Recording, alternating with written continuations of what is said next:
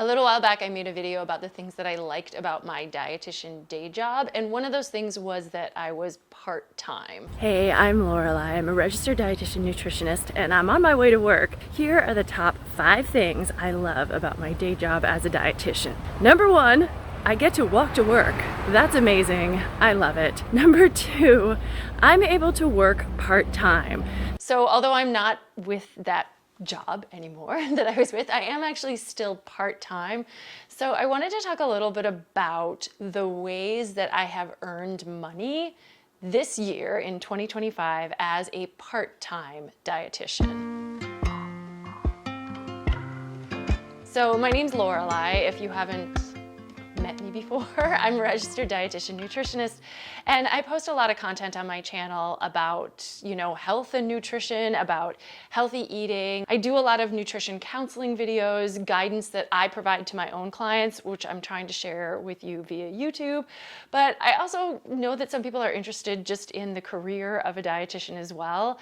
And I wanted to say, just to talk a little bit about how I make money as a dietitian. I am currently working part-time. So when I started as a dietitian, I was working full-time. So my first job I worked 2 jobs that were full-time about 1.5 years. I don't love full-time. I just don't like working 9 to 5. So that's part of the reason why I went part-time. With one job, I think I was hoping to be able to get down to 4 days a week, like a 4-day-a-week schedule, and they just weren't able to do that. So when I switched jobs, I actually took a part-time position. And so I was with a part-time position for about 2 years, which was 3 days a week. So I think I worked like Monday, Tuesday, Thursday or something. I think my schedule shifted a few times, but I actually really liked that schedule. But part of the reason that part-time worked for me is that I have other things that I do. So the truth is, part-time job, part-time income, right? So if you're not working full-time, if you don't have a full 9 to 5, you're not gonna make like a full salary. Part-time also usually means that there's no benefits, and that at least was the case for me. But I actually lost that job last year in about a little over a year ago in October of 2024. I was working in residential eating disorder treatment, and they just didn't have enough patients, and they had another full-time dietitian. So they kept the full-time dietitian, but they had to let me go as the part-time one. So in 2025, one of my initial sources of income was unemployment. Unemployment it's nice when you're let go unexpectedly, and while you're looking for another job, you can get some income, but generally it's not enough to live on. And then if you do make little bits of money here and there, you have to report it, and then they reduce that from your benefits. So it's not designed to be sustainable, I guess, for good reason. But that was one source of income this year as a part-time dietitian. Now, the other thing was I do have a private practice. So I had been kind of starting up my private practice at the end of 2024 anyway. I had always seen clients here and there, just kind of like friends or connections, not very many, like 1 or 2 here or there. But at the end of the year where I was actually let go, in some ways I was like, well, this is okay timing because I'm trying to build my private practice, and I was connected with insurance. So I was with Blue Cross Blue Shield of Illinois, which I still am, by the way. So I take insurance, and so I had worked with that. And so then sometimes you'll just get like a call out of nowhere, or like a booking out of nowhere, that somebody will have found you through their insurance network. So I was trying to build that. That's slow going, but I have this year made some money from private clients through my own private practice. The job that I got after I left my previous job, and like the job that kicked me off of unemployment, let's just put it that way, is also part-time. And I'm doing very much what I do in my private practice, but I'm doing it for somebody else. So I'm working for like a telehealth company. All my patients I see are virtual, and I just have a schedule, and they meet with me online, and I do the nutrition counseling, and I do the notes, yada, yada, yada. It's a 1099 job. There are some people with this company that I work with, and I'm not gonna name the company just because I don't want to do that. But there are some people that do work full-time for them, and then they do have benefits. So if I was full-time with them, it would be like 40 hours-ish a week and then benefits. But I'm part-time, so it's contract. So I am paid per client facing hour. Now, the pay per client facing hour, that hourly wage is really not too bad. However, there is a fair amount of time that I have to put in outside of the client facing. Now, probably less than 50%. But because I'm doing charting and notes and like checking my emails and, you know, following up with messages and sending out notes and things like that, that is not paid time for me. So although my client facing hour time is pretty good hourly, there is a lot of admin work that I do that's unpaid. And so that's a little bit, that's not my preference, let's just say. And I will also say, although I'm doing very much the same work that I would be doing with clients through my private practice, I am getting paid per client-facing hour, probably less than half as much, because the big telehealth company is taking the most of the money. However, the big telehealth company obviously has the means to recruit a lot more patients than I was able to find through my own resources as a private practice dietitian. That's the trade-off. I'll do another video about what I think the trade-off is for patients, because I honestly think that a lot of the patients who are seeing me now, or clients, however you want to put it, they could actually just be seeing me through my private practice because they are in my state.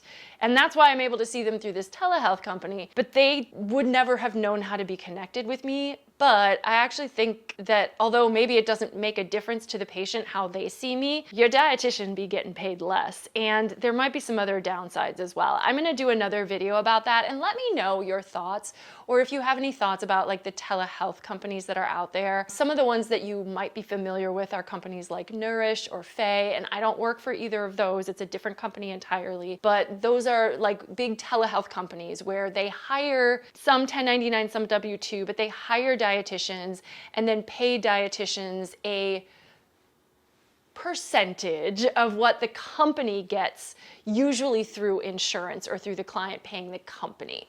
So let me know if you have any thoughts about that. Right now, it's what I'm doing because I need to make some money. But it is part-time. I do it all from home, and it is flexible. So I can't complain too much, even though it's not perfect. Another way that I make money is I actually do have another dietitian job that is very part-time. It's actually W-2 income, but it is much more like a contract job. I work for a company who runs basically gyms in some of the major corporate buildings downtown. So, you know, some of the big buildings, they have a gym right in the building that employees can go to. Well, there's a bigger company that runs some of these gyms, and I am the dietitian that kind of works within this company. So what that means for me is that I will sometimes go to the sites and do like a nutrition presentation, and then employees of the company can come for like maybe like a lunch hour. Recently I did a presentation on nutrition for athletic performance or people who work out a lot. I've done presentations on gut health or on heart health. So I'll just create like a 1 hour or 45-minute presentation. Sometimes I'll have a food demo to go along with it, and then I'll show up once a quarter is what a lot of the sites are required to do, but sometimes it's less because they might be doing something else that's a little different than having the dietitian come in. That's a nutrition event, but I'll come in and then, you know, so I get paid for that. And then I get paid a little something for my admin time, the time that I have to do, you know, following up with emails or filling out my timesheets or even preparing the presentations that I'm going to be doing. That also is a way for me to get some clients through the company. I do consults for them. You know, it's usually like a 45-minute consult I'll do, and that's kind of at a low rate. And then if people do sign up for more nutrition counseling, then I'll get paid a little more for that. I don't have a lot of people who come back a lot, but I do get some.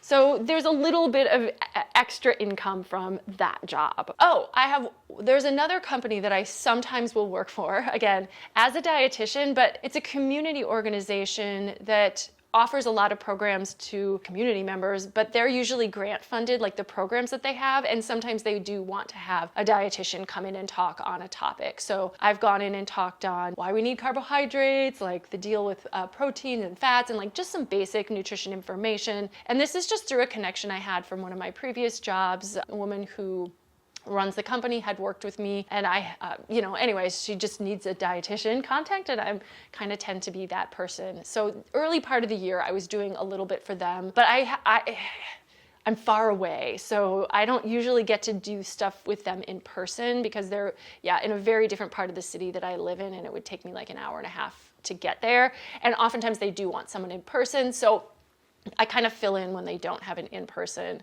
person who can do that. Next on the list, I don't even know how many things I'm using to get paid this year, but it's actually a fair number. So I think this is what I wanted to share, is that as a part-time dietitian, I'm not just like somehow floating on a part-time dietitian salary. I'm doing a bunch of other things. I'm a certified yoga instructor and have been teaching yoga for, I don't know, 15 years or something like that. So I also teach yoga. I have a permanent class that I always teach at a gym on Saturday afternoons. And then I was teaching a Monday evening live stream virtual class from home for a while.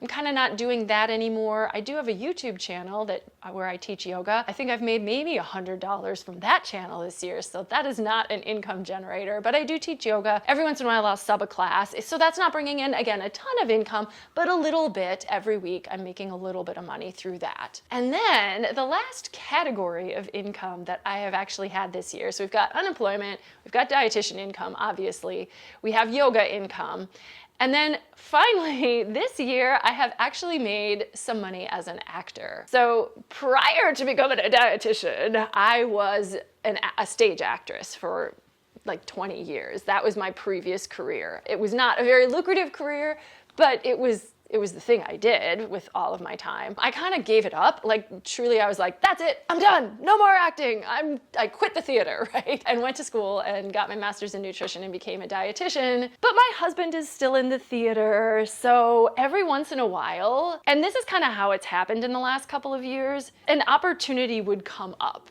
So in 2024, my husband was cast in a show, and then shortly before they were going to start rehearsals, the director of that show reached out and said, hey, we actually just lost an actor. Do you know anyone? And it actually was a part that would have been really appropriate for me. He's like, well, actually, my wife might be available to do this part. So then I sent them an audition and I was cast in that. And that was just sort of luck, but it was really fun. And I was able to do it around my part-time dietitian job in 2024. So that happened a couple more times in 2025. This year, another situation where my husband was cast in a show and they were just looking for another actress. And so it worked out that I was able to do that as well and step away from my part-time dietitian job. And the show that I did this year, this summer, actually paid a pretty decent amount of money for the time I was doing it. And then once the show opened and I was performing over the weekends, I could still do my dietitian day job. So I was kind of making double money from two pretty decent part-time jobs for a couple of months over this year. That's probably not something that just any dietitian is gonna have the opportunity to do unless you have a really similar background to mine. But I think it is really just interesting how our lives and our finances kind of get cobbled together from different means. And then now I'm actually rehearsing for another show, and this one I'm rehearsing evenings and weekends, so it really doesn't disrupt my work schedule at all. So I'm just doing both, and I will get paid a little something. It's not very much, but it's a little something. Then finally, I mean, one more thing that's kind of in the acting category is I did a couple of days working with the mock trial, which is something that one of the big, huge law firms that had like their main offices are in Chicago. They do mock trials for their younger associates, I guess, once a year usually, and then they hire in actors to come in and play the plaintiff or the defendant or the people who are being deposed or interviewed in the trial itself so that they can be the lawyers, but they need people to work with. So I did that for a couple of days earlier this year, again, sort of an acting job. So I don't know if that's interesting to anyone, but I just wanted to share that. As a part-time dietitian, I am finding other things to fill in the gaps where it is. And I probably am maybe earning less than I would if I was working a full-time job, but it's a little bit more satisfying to me because I like the change. I like the variety. I like a little bit more the freedom and flexibility. If you are thinking of being a dietitian, there are obviously ways to build a career for yourself that don't require you to be in an office for 8 hours a day. But I think for many people that might feel really disorienting and uncomfortable. So most dietitian jobs really are kind of 9 to 5 or 8 to 4 or whatever they are, where you're working more consistently, or you have consistent pay and you have consistent insurance benefits. For me, I gave that up because I wanted a little more flexibility and freedom. So that's my story. And then in my spare time, I try to make some YouTube videos, which is not at all lucrative right now, just so you know. It would be nice at some point it would be lovely if I could make some money on YouTube, but I guess I can't count on that. And honestly, I don't have to, because I have some other ways and means going on this time, but I do like sharing stuff here. Let me know your thoughts. Let me know if you want to hear more, and that's it. All right.